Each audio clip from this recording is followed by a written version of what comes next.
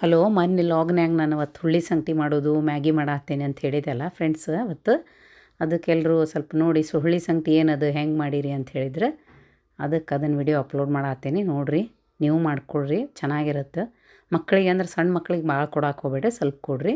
Protein ಇರ್ತೈತಿ, ಇದ್ರೆ protein rich ಇರ್ತೈತಿ. ಒಂದು ವೀಕ್ಲಿ ಒಂದು ಸಲ ಮಾಡ್ಕೊಂಡು ತಿನ್ಬೇಕು.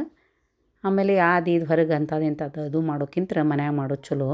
ಅಂದ್ರೆ ಫಸ್ಟ್ ಹುಳ್ಳಿ ಹುರ್ಕೊಂಡಿರ್ಬೇಕು, ತೊಳ್ಕೊಂಡು ಸ್ವಲ್ಪ ಆಮೇಲೆ ಹುರ್ಕೊಂಡು ಆಮೇಲೆ ಅವ್ನು ಮಿಕ್ಸರ್ ಹಾಕ್ಬೇಕು, ಸಣ್ಣಗೆ ಪೌಡ್ರ್ ಮಾಡ್ಕೊಂಡು ಸ್ವಲ್ಪ ಬೆಲ್ಲ ನೀರಾಗ ಕುದಿಸಿ ಅದು ನೀರೊಳಗೆ ಬೆಲ್ಲೊಳಗೆ ಹೊಲಸಿರ್ತೈತಲ್ಲ ಅದು ಬೆಲ್ಲ ನೀರು ಸೋಸ್ಕೊಂಡು ಬೆಲ್ಲ ಇಟ್ಟು ಹುಳ್ಳಿ ಸಂಗಟಿ ಅದು ಹುಳ್ಳಿ ಪುಡಿ 2 ಚಮಚ ಹಾಕಿ ತಿರುಗಿಸಿ ಸ್ವಲ್ಪ ಲವಂಗ, ಏಲಕ್ಕಿ, ಒಂದು ಲವಂಗ ಅಂದ್ರೆ ಕೆಮ್ಮು ನೆಗಡಿ ಇದ್ದವ್ರು ಹಾಕ್ಕೋಬೋದು, ಒಂದು ಫ್ಲೇವರಿಗಂತ ಕುಟ್ಟಿ ಹಾಕಿಬಿಟ್ರೆ ಹುಳ್ಳಿ ಸಂಗಟಿ ರೆಡಿ.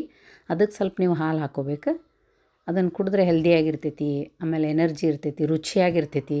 ರುಚಿನೂ ಇರಬೇಕು, ಪ್ರೋಟೀನೂ ಬೇಕಲ್ಲ. ಎಲ್ಲ ಹೆಣ್ಮಕ್ಳಿಗೆ 40+ ಆತಂದ್ರೆ ಎಲ್ಲರೂ ಸಣ್ಣವರು ತೊಗೊಂಡ್ರು ಚಲೋನ. ಅದಕ್ಕೆ ನಾನು ಅದನ್ನೂ ಮಾಡ್ತೀನಿ. ಅದನ್ನು ತೋರಿಸಂತಂದಿದ್ರೆ ಅದನ್ನು ತೋರಿಸ್ತೀನಿ. ಮತ್ತೊಬ್ರು ಕೇಳಿದ್ರೆ ಮ್ಯಾಗಿ ಏನೇನೋ ಹಾಕಿ ಡಿಫ್ರೆಂಟ್ ಮಾಡಾಕತ್ತಿದ್ರಲ್ಲ ಅದನ್ನೂ ಹೇಳ್ರಿ ಅಂತ. ಸ್ವಲ್ಪ ನಾನು ಜಾಸ್ತಿ ಉಳ್ಳಾಗಡ್ಡಿ, ಟಮಾಟೊ, ಲಿಂಬೆಹಣ್ಣು ಹಾಕಿರ್ತೀನಿ ಮ್ಯಾಗಿಗೆ.